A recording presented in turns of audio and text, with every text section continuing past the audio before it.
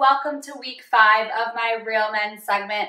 Let's get this going. We are, again, this is the second week of bye weeks, so we have some teams on a bye. So between the bye weeks and injuries, it's getting a little difficult in some leagues to figure out what your lineup is going to be. So let me start off with my go hards this week.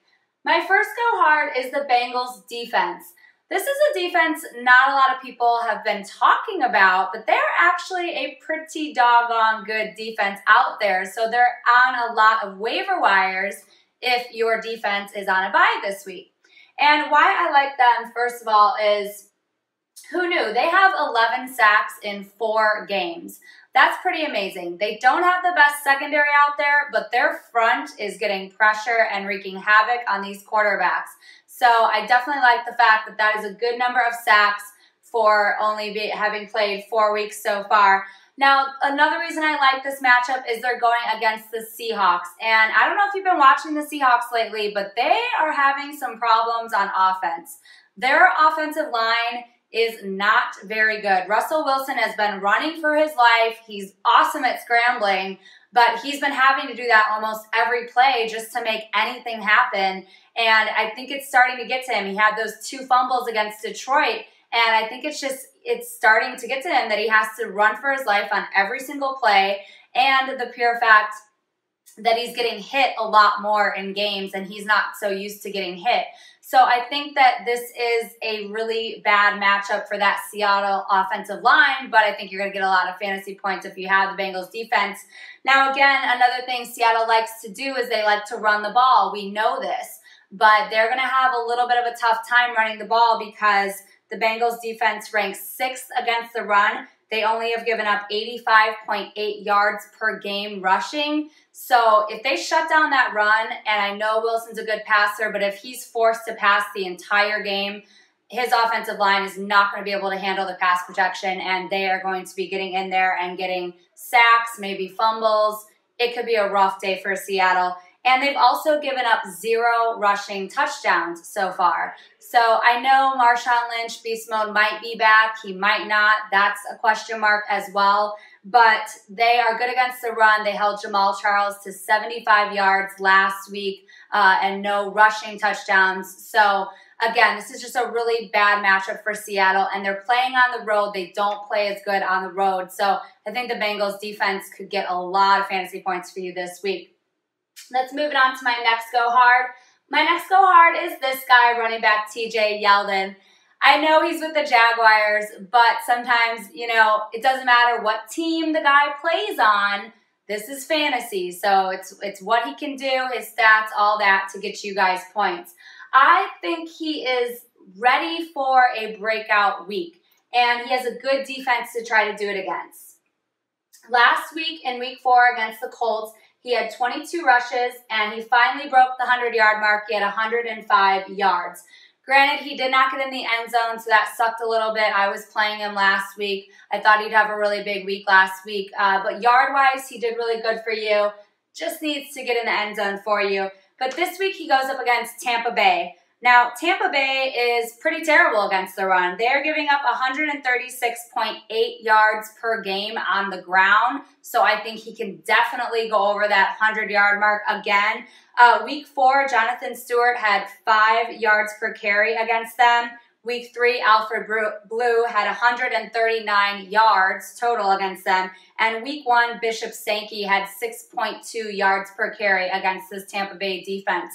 Why I'm bringing up those names is those 3 running backs are not elite running backs. So sometimes we look at the stats and we're like, wow, this team's giving up a lot of yards, but it's the 3 best running backs in the league that are getting those yards. These guys are not that elite. So if they can do that against this defense, I absolutely think TJ Yeldon can do it as well.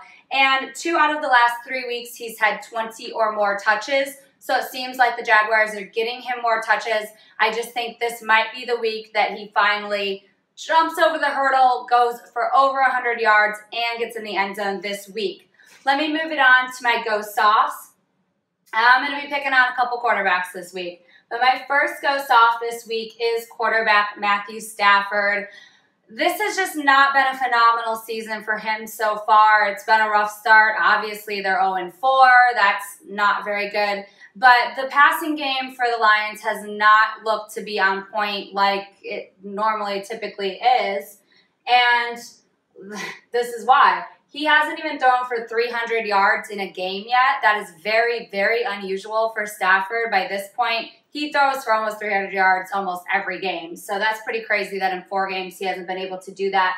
And he only has 5 touchdowns and 5 interceptions on the season. What do I tell you guys? The touchdown-interception ratio needs to be at least a 2-to-1. So this should read 10-5. 5-5. That is terrible. He has another tough matchup. I'm really actually starting to feel bad for Lions fans. I can't believe I'm saying that. I'm a Bears fan. But he goes against the Cardinals, and the Cardinals defense has 7 interceptions, which is second most in the league this year. So that Cardinals secondary is very, very tough to go up against, and he's throwing a lot of picks this year. So this could be really not good for him. They are the 8th best defense against the pass. Again, their secondary is very good. I think it's going to be a tough day for Stafford and company. And Breeze is the only quarterback that has even thrown for over 200 yards against them. So, again, he's struggling. The Lions are struggling. They need to figure out something, but this is probably not going to be the week for them to do it against those Cardinals defense. Now, let me move it into my second ghost off for this week. Another quarterback that you should not play this week is quarterback Derek Carr. And I know Greg told you to play him last week. He did okay. He didn't do terrible by any means. But the Bears defense is getting better and better, and they are actually pretty decent against the pass. We already talked about that. So I think that's why Carr didn't do quite as good last week. But this week, I really don't like his matchup. Last week against the Bears, he only had 196 yards passing, didn't even reach the 200-yard mark. He did pass for 2 touchdowns and had 1 interception. So again, not a terrible day, but not a phenomenal day either. And this week is much, much harder. He is going against Denver's defense. Denver's defense is the #1 defense in the league right now. I don't know if you guys are paying attention. It's not Seattle. It's actually Denver. And they are #1 against the pass. They are not allowing much to go on through the air. Their secondary is very good, but it's not only their secondary that's good. They get so much pressure on these quarterbacks that it allows their secondary to not have to do a whole lot. So they are just playing as a complete defensive unit right now. They are #1 in sacks as well, with 18 sacks through 4 games. So this one's going to be a tough one. They have only allowed 2 passing touchdowns so far this season. This is kind of what I see happening in this game. I think Carr is going to have a problem getting the ball down the field, which means I think Amari Cooper is also not going to have a very good day. I think he's going to have to dink and dunk a lot. So I think Latavius Murray actually will have a very good day. Even though Denver's pretty good against the run, I think he's going to have to dump a lot of things off to Murray in the passing game and just use what he has underneath. So I think Murray will have a good day. I think that's where Carr will get most of his yards from, but I think going down the field to those receivers is going to be extremely difficult.